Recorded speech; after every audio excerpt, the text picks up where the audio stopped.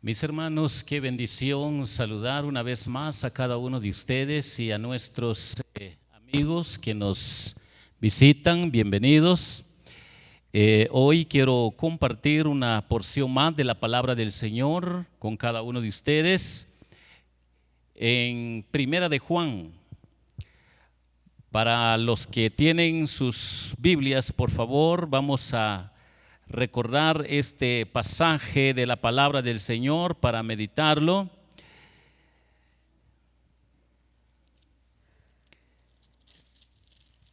Vamos a buscar en nuestras Biblias Primera de Juan, capítulo 2, versículo 18 al versículo 21. Dice así la palabra del Señor: hijitos, ya es el último tiempo, y según vosotros oísteis que el anticristo viene, así ahora han surgido muchos anticristos. Por esto conocemos que es el último tiempo. Salieron de nosotros, pero no eran de nosotros, porque si hubiesen sido de nosotros, habrían permanecido con nosotros. Pero salieron para que se manifestase que no todos son de nosotros. Pero vosotros tenéis la unción del Santo y conocéis todas las cosas. No os he escrito como si ignorarais la verdad, sino porque la conocéis y porque ninguna mentira procede de la verdad. Hermanos, esta porción de la palabra del Señor nos va a ayudar para comprender este precioso tema. Hoy vamos a aprender un poco sobre los fugitivos de la libertad. Sobre este tema vamos a aprender un poco sobre los fugitivos de la libertad. En el tiempo de la humanidad ha existido dentro de su historial sobre la experiencia de la esclavitud. Y según la historia de la humanidad, han existido ciertos hombres esclavos que fueron fugitivos de sus amos o dueños por los maltratos que recibían para vivir en libertad, escapando a otros países. Hay varias historias que hay en diferentes épocas de diferentes países para recordar lo que ha sucedido en la historia de la humanidad. Pero esa es la experiencia del mundo social. Hoy la palabra de Dios nos quiere llevar a grandes verdades para atesorarlo en nuestro corazón, para aprender un poco sobre nuestro tema, los fugitivos de la libertad. Y quiero llevarles a una primera respuesta que tenemos en Mateo capítulo 26, versículo 46 al 49, para entender el enfoque de la palabra de Dios. Dice así la palabra de Dios: levantaos, vamos, ved, se acerca el que me entrega. Mientras todavía hablaba, vino Judas, uno de los 12, y con él mucha gente con espada y palos, de parte de los principales sacerdotes y de los ancianos del pueblo. Y el que le entregaba les había dado señal, diciendo: al que yo besare, ese es, prendedle. Y enseguida se acercó a Jesús y dijo: salve, maestro, y le besó. Los fugitivos de la libertad.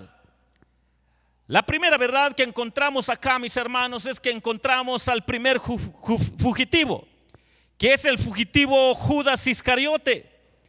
Y notemos, hermanos, que el arresto de Jesús, los guardias del templo, si arrestan a Jesús después de que Judas lo traiciona con un beso, Mateo hace hincapié en la deslealtad de Judas cuando lo describe como uno de los 12, sacando a luz que es un fugitivo de la auténtica libertad que solo se encuentra en Cristo, pero que él era un falso por naturaleza.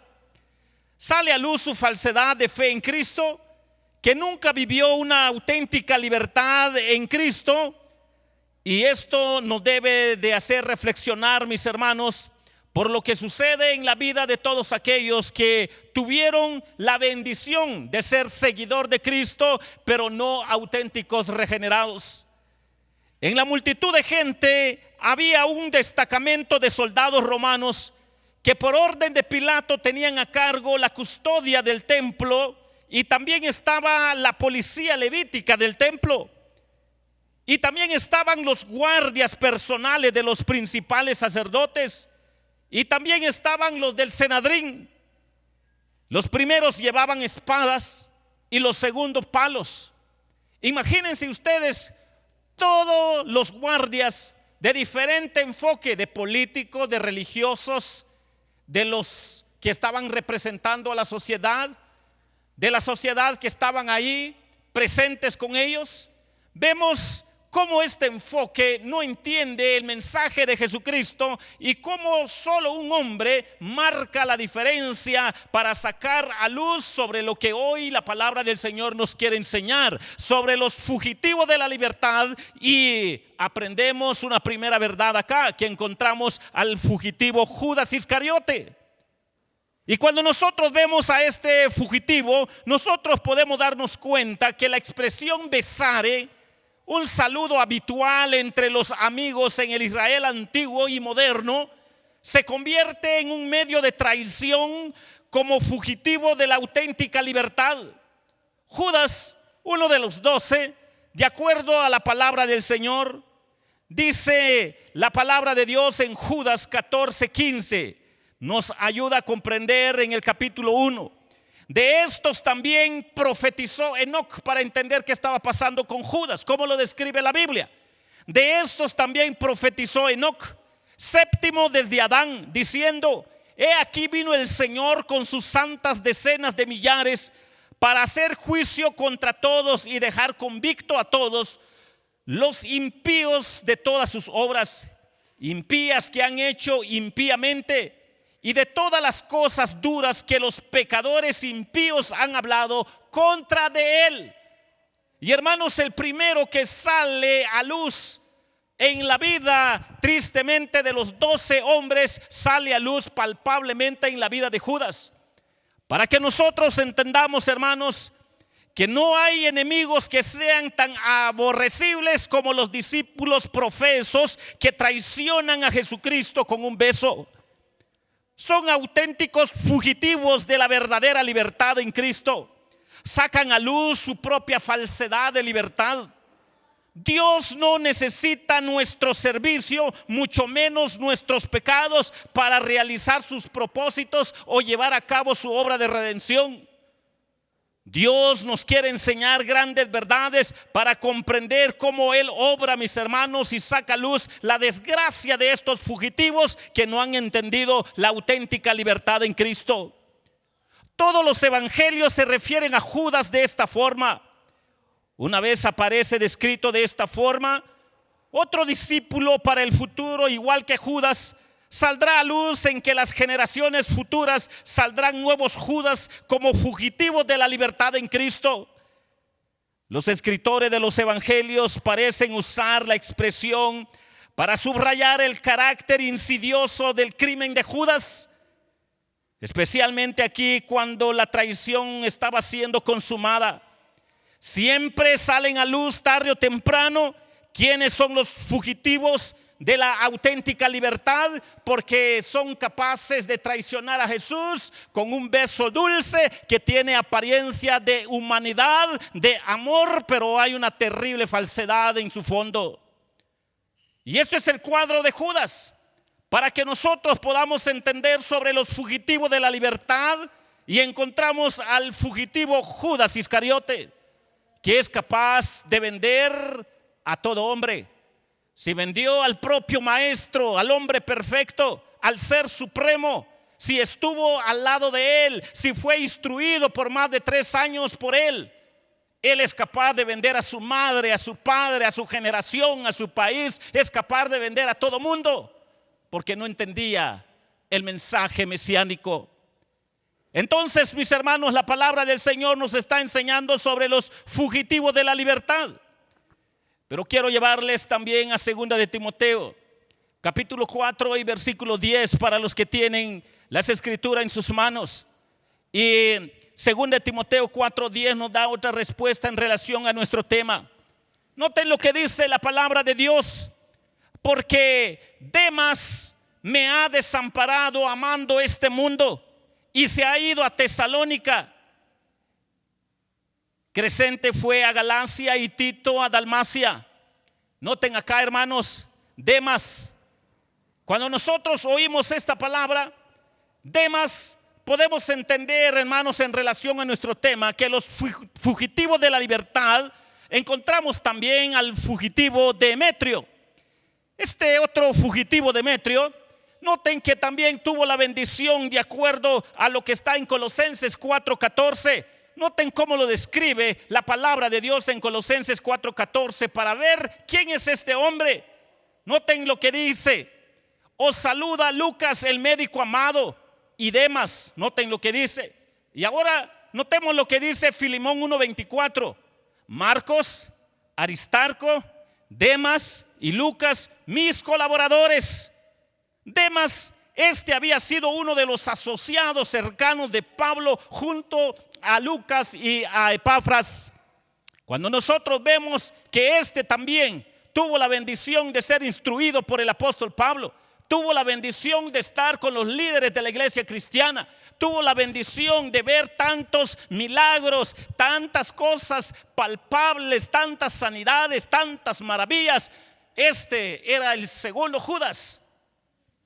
Y cuando nosotros vemos, de acuerdo a la palabra del Señor, la expresión que dice la Biblia, desamparado, esta expresión, esta palabra griega significa abandonar por completo. Es lo que significa. Quiere decir que este Demas, en el peregrinaje de los misioneros, de los apóstoles, él era fiel colaborador del ministerio de los apóstoles, de los líderes de la iglesia cristiana en su primer siglo. Este colaboraba con tiempo, con dinero. Este de alguna manera estaba sembrando con los apóstoles y los líderes. Y él estaba disfrutando de alguna manera lo que es un ministerio sin dolor, sin circunstancia.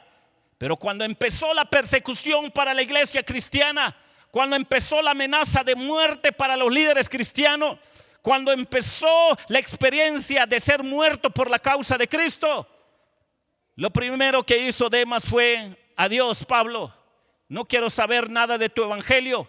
Morir yo por causa de Cristo, no.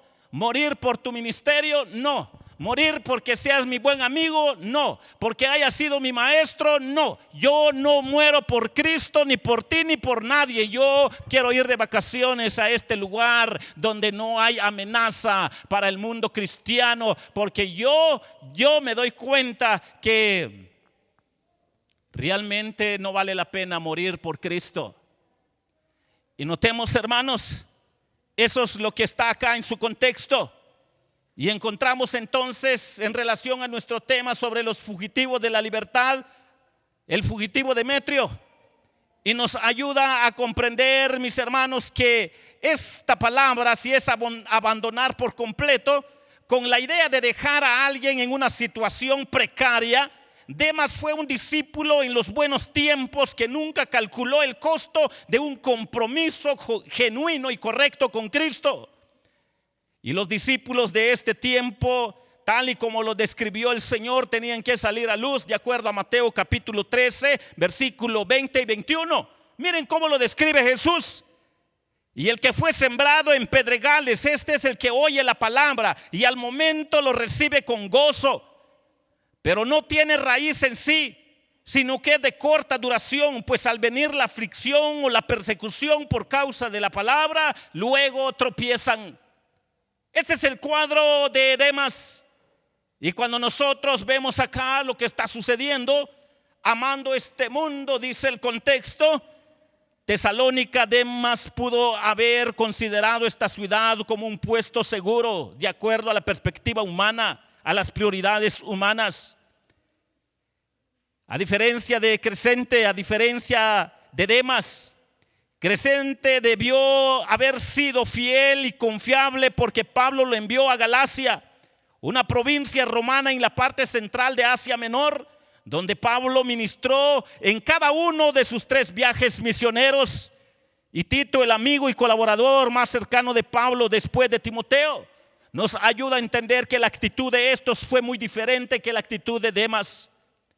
En contraste con Pablo, que persevera la gracia de Dios en él, porque Dios, mis hermanos, Dios lo sostiene, Dios lo ha regenerado, Dios fue el que lo alcanzó, no es por su propia fuerza. En medio de toda persecución y amenaza de muerte, era un hombre fiel, era un hombre obediente a la palabra, sumiso a la palabra. No porque él era bueno y tenía fuerzas personales para ser fiel a Dios, no, sino porque la gracia de Dios lo sostenía. La gracia de Dios encaraba la rebeldía del mundo. La gracia de Dios era el quien lo hacía predicar ante muchas filosofías y religiones del mundo de su tiempo, para ver que Dios en su gracia sostiene a los que le son fieles. Y mis hermanos, cuando nosotros vemos acá que Pablo tiene una perspectiva eterna de su ministerio porque es obra cristológica en él, Demas abandonó a Pablo por amor a este mundo. Demas fue capaz de abandonar a Pablo en lo más duro del ministerio, en lo más terrible de amenaza de persecución. Nos ayuda a comprender que los fugitivos de la libertad sacan a luz, mis hermanos, tristemente la falsedad, que hay quienes que sufren como auténticos hombres de fe, como los apóstoles y como Pablo, pero saca luz al fugitivo Demas, Demetrio, de la verdadera libertad en Cristo, porque fue un falso.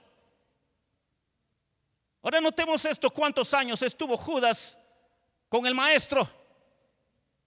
Más de 3 años. Notemos cuántos años estuvo Demetrio colaborando en el ministerio de Pablo. Fueron años. Los dos fueron instruidos, los dos vieron milagros, sanidades, prodigios. Los dos vieron esto. Pero nada de eso los convenció. Eran falsos. Ellos vieron cómo hombres habían sido regenerados, perdonados, transformados, cambiados de ser asesinos, fueron llevados a ser hombres que ahora valorizaban la vida. El propio apóstol Pablo tuvo ese contexto de vida. Era un Pablo sangriento, y que cuando se convirtió ahora era un Pablo dulce, que predicaba la verdad y sin temor a la verdad estaba dispuesto a morir por su Señor. A diferencia de Demas, cuando vio la amenaza de parte de los políticos, la sociedad, la religión, pues Demas dijo: no muero por Cristo. Cristo no es mi Señor. Sale a luz la falsedad de libertad que él vivía. Y mis hermanos, estamos aprendiendo entonces sobre los fugitivos de la libertad. Y hemos visto al fugitivo Judas, pero también al fugitivo Demetrio. Y esto lo va a ver en las generaciones del desarrollo de la iglesia cristiana.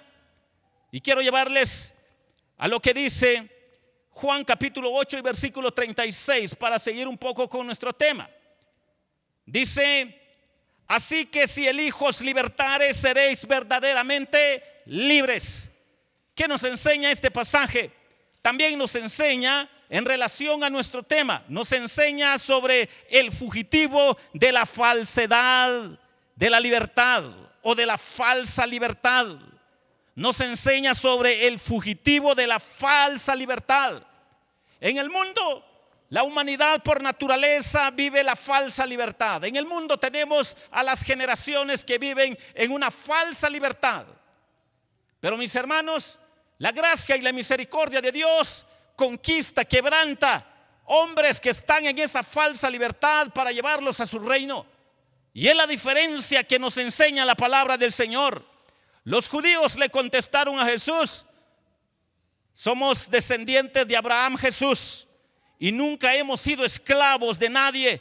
¿Cómo es que tú dices seréis libres. Estás confundido, Jesús. Estás predicando un evangelio falso. Y ahora Jesús les empieza a decir a los judíos: lo que os digo es pues pura verdad. El que comete pecado es esclavo del pecado. De esta manera Jesús les contestó: un esclavo no vive en la casa con carácter permanente, de acuerdo a la experiencia de todas las culturas, pero un hijo sí. Y ellos, por no entender las lecciones espirituales de nuestro Señor, no lograban asimilar lo que Jesús quería darles a entender. Lo que dijo Jesús de la libertad molestó a los judíos. Pretendían que no habían sido nunca esclavos de nadie. En un sentido está claro que aquello no era verdad. Era una forma de conocimiento relativa, imperfecta de lo que ellos estaban diciendo y queriendo justificarse delante de Jesús.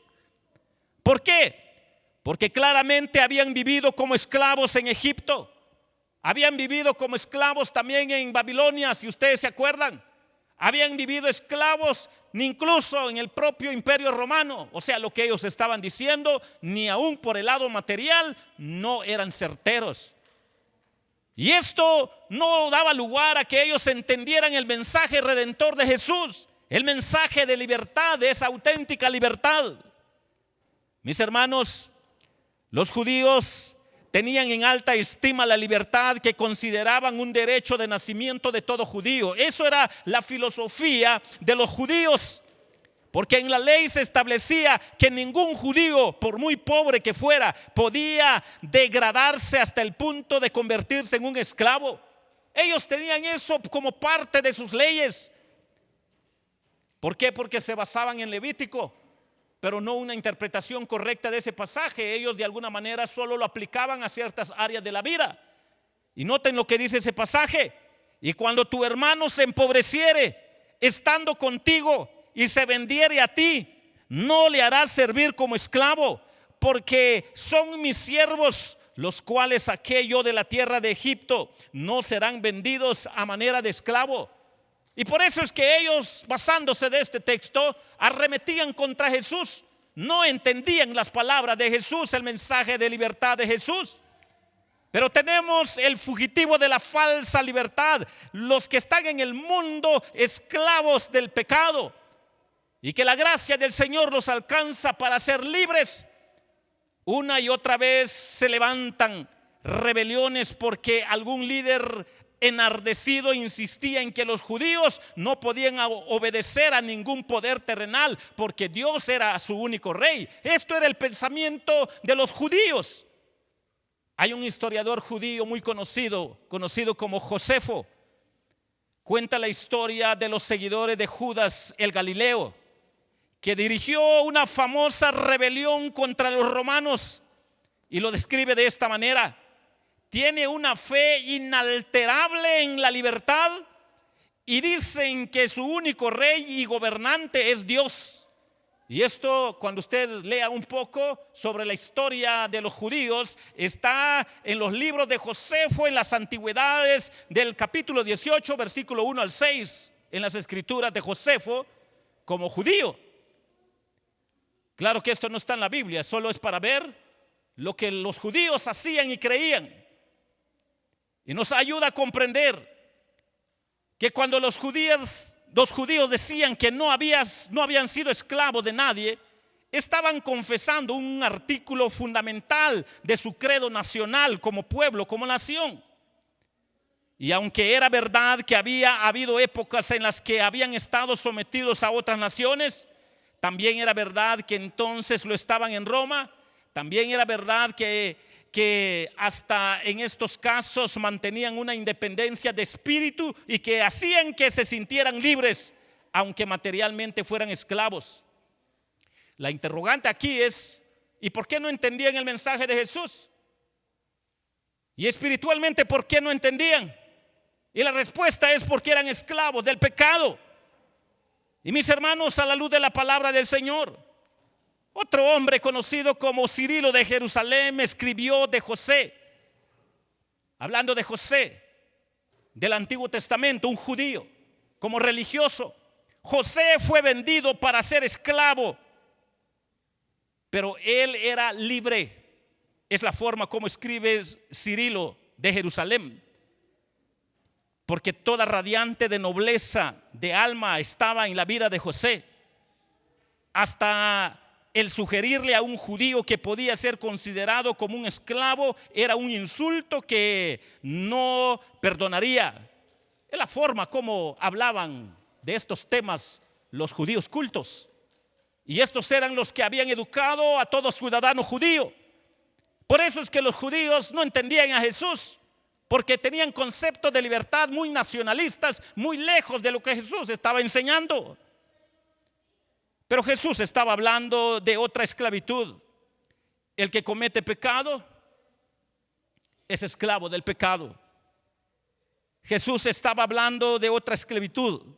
Jesús estaba reiterando un principio que los sabios, hasta los sabios griegos, habían expuesto una y otra vez, y ellos no lograban ver el mensaje de Jesús, porque los hombres pueden ver de alguna manera que hay ciertas verdades que concuerdan con la verdad bíblica y que ellos mismos no lo pueden negar. Y miremos los pensamientos, algunos pensamientos filosóficos que concuerdan con las grandes verdades en la Biblia. Por ejemplo, los estoicos. Vamos a hablar de los hombres más cultos, los filósofos. Los estoicos decían: solo el sabio es libre, el ignorante es un esclavo. Miren, esta es una filosofía estoica, solo que ellos la aplicaban en el ámbito terrenal de las leyes terrenales relativas. Pero cuando lo conectamos con relación a la Biblia, no se contradice. Y los estoicos lo decían de una manera tan natural. Ahora notemos cómo lo describe otro gran pensador filosófico conocido como Sócrates. Y él decía de esta manera en relación al tema: ¿cómo puede decir que un hombre es libre cuando está dominado por sus pasiones? Miren cómo lo decía Sócrates. Es interesante cómo estas filosofías, aunque ellos lo usaban en el término relativo, pero que se conectaba con la verdad bíblica, y la verdad bíblica siempre va a sacar a luz lo necio, lo sucio, lo negro del corazón del hombre. Y por eso Jesús siempre estaba predicando: si el Hijo os libertare, seréis verdaderamente libres. Una ley perfecta, absoluta, que describe la obra redentora de Jesucristo. Pero así lo decía los estoicos y los de la escuela de Sócrates. Pero ahora veamos qué dice el apóstol Pablo en Romanos, cómo lo describe Pablo, para ver el enfoque bíblico teológico para el orden correcto. Y Pablo lo dice de esta manera: Pablo daba gracias a Dios porque el cristiano era libre de la esclavitud del pecado. Miren cómo lo dice Pablo: te doy gracias, Señor, porque fui libertado del pecado. Te doy gracias porque tú pagaste por mi pecado. Te doy gracias porque ya no hay condenación para el que está en Cristo Jesús. Miren cómo lo dice el apóstol Pablo: una persona puede dejar que un hábito la tenga en un puño, de tal manera que no pueda soltarse, cuando entiende que por naturaleza es pecaminoso y que por sí solo no puede dejar el pecado. Con su propio esfuerzo, con su propia voluntad, no puede dejar el pecado. El hombre por naturaleza no puede limpiarse por sí solo. Solo lo hace la gracia de Cristo. Solo lo hace el poder de la palabra de Dios. Solo lo hace el poder de su Santo Espíritu. Puede dejar que el placer la domine tan totalmente que ya no se pueda pasar sin él. El hombre es capaz hasta de convivir de manera tan hermosa con el pecado, que ya no ve si le ofende o no le ofende a Dios. Lejos de hacer lo que quiere, el pecador ha perdido la capacidad de hacer su propia voluntad, en el sentir de que pueda salvarse, pero en el sentir de pecar sí lo puede hacer. Es esclavo de sus hábitos. Tienen sus propias autolicencias, pseudo placeres propios que le tienen dominado. Esto es lo que Jesús quería decirles a estos judíos, a estos maestros de la ley que no habían interpretado correctamente la ley de Jesucristo. Ninguna persona que peca se puede decir que es libre. Entonces Jesús hace una advertencia velada, pero que sus oyentes judíos comprenderían muy bien, ni aún en el término terrenal, porque había grandes verdades en el contenido de ese mensaje.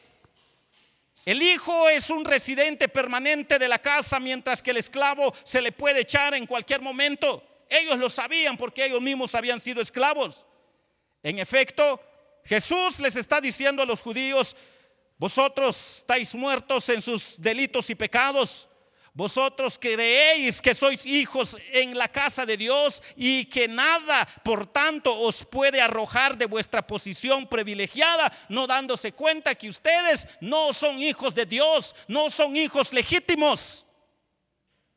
Tened cuidado.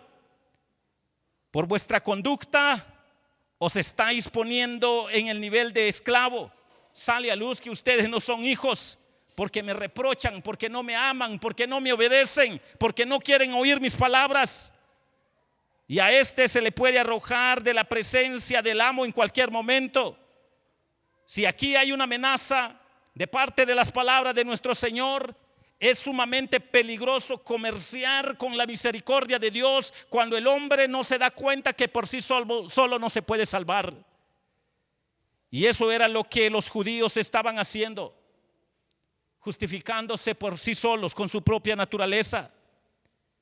Si aquí hay una seria advertencia para nosotros también, para comprender las grandes verdades bíblicas: si elijos libertades, seréis verdaderamente libres. Esa expresión, seréis verdaderamente libres, la verdadera libertad de la culpa y del poder controlador del pecado,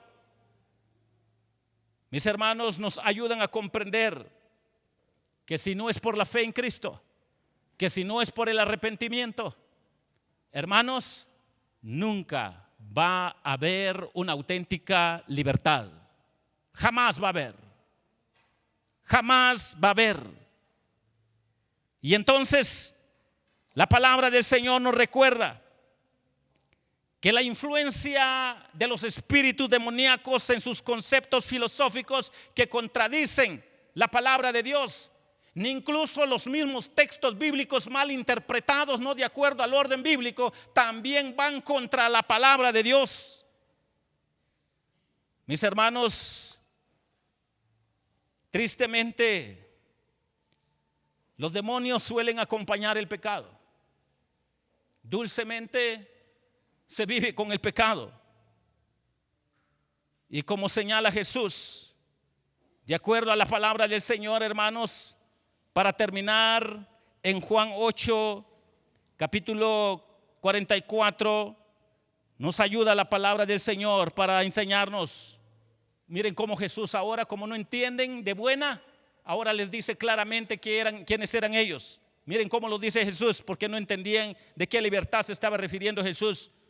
Vosotros sois de vuestro padre el diablo, y los deseos de vuestro padre queréis hacer. Él ha sido homicida desde el principio y no ha permanecido en la verdad, porque no hay verdad en él. Cuando habla mentira, de suyo habla, porque es mentiroso y padre de mentira. Y a mí, porque digo la verdad, no me creéis. ¿Quién de vosotros me redarguye de pecado? Pues si os digo la verdad, ¿por qué vosotros no me creéis? ¿Saben qué le dijo Jesús? Acúsenme de algún pecado. A ver, ¿quién me redarguye a mí de pecado? Ninguno de vosotros, porque saben que yo soy perfecto. Saben que yo soy Dios hecho carne. Saben que yo no he hecho nada malo a ninguno de ustedes. Corruptos, mentirosos, blasfemos, hijos de su padre el diablo. ¿Cuándo van a entender la auténtica libertad? Si el Hijo os libertare, seréis verdaderamente libres. Solo yo tengo poder para perdonar pecados. Solo yo puedo sacarlos de sus delitos y pecados. Solo yo puedo limpiarlos, perdonarlos, levantarlos, cambiarlos, hacerlos hermosos ante mi Padre, porque esa potestad se me dio a mí.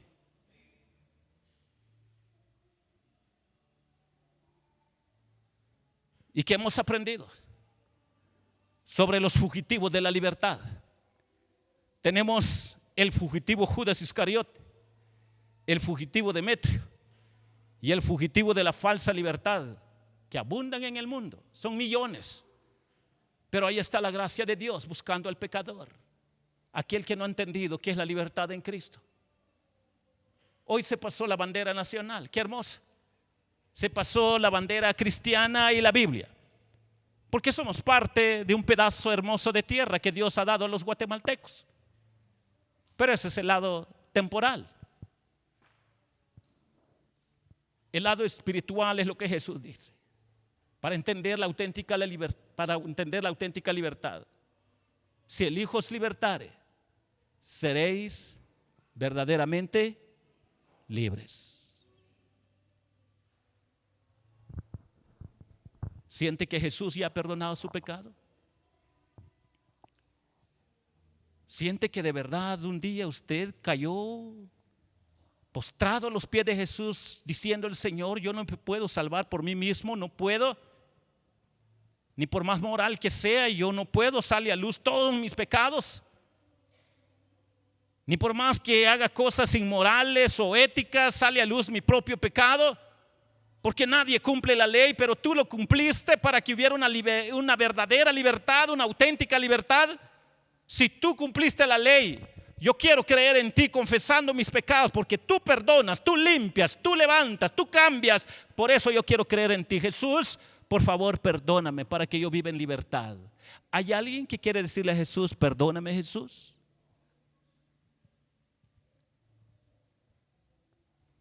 Perdóname porque siento que no he sido perdonado por mis pecados. No te he recibido como Señor y Salvador de mi vida. Yo quiero orar por usted. ¿Hay alguien? ¿Alguien gusta levantar su manita? Quiero orar por él o por ella. ¿Algún joven? ¿Alguna señorita? ¿Hay alguien? Si el Hijo os libertare, seréis verdaderamente libres. En la iglesia van a haber fugitivos, porque tarde o temprano sale a luz quién es falso. Pero en el mundo abundan los falsos. Pero ahí penetra la gracia de Dios para conquistar a hombres que van a ser auténticamente libres por la sangre de Cristo. ¿Hay alguien que le quiere decir a Jesús: perdóname, Jesús? Si no lo hay, inclinen su rostro y vamos a darle gracias a Dios por su bendita palabra. Señor, gracias por tu palabra. Gracias, Padre, por lo que hoy nos has enseñado sobre los fugitivos de la libertad. Y hemos aprendido sobre el fugitivo Judas, el fugitivo Demetrio, el fugitivo de la falsa libertad que hay en el mundo y que tú sigues rescatando y buscando. Gracias por tu palabra. Gracias, Señor, porque recordamos a nuestra bella Guatemala con un año más de libertad, de otra nación, de otro continente, y que Guatemala ahora es soberana e independiente. Queremos darte las gracias porque celebramos otro año más de independencia, y aunque sea en el sentir terrenal, pero nos hace recordar grandes lecciones espirituales que hoy nos ha enseñado tu palabra. Gracias, Señor, por lo que nos has enseñado. Gracias porque tu palabra se cumple tal y como está escrita: si el Hijo os libertare, seréis verdaderamente libres. Gracias, en el nombre de Jesús. Amén y amén. Dios les bendiga, hermanos.